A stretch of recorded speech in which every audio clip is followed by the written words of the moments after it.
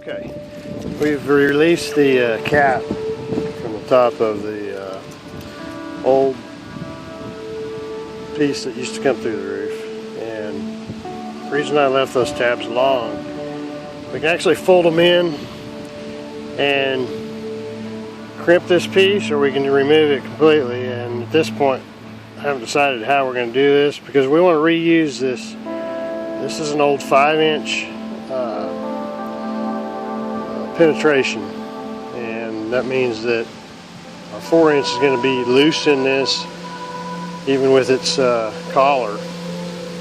So we may reduce this 5 to 4, and then again we may crimp it down to where the collar can catch the outside of it comfortably and keep it from being a problem.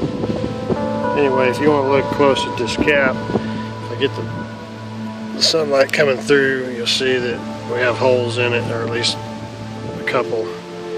Now later on today we're going to go visit one that's in a lot worse condition than this, and we'll actually be replacing it.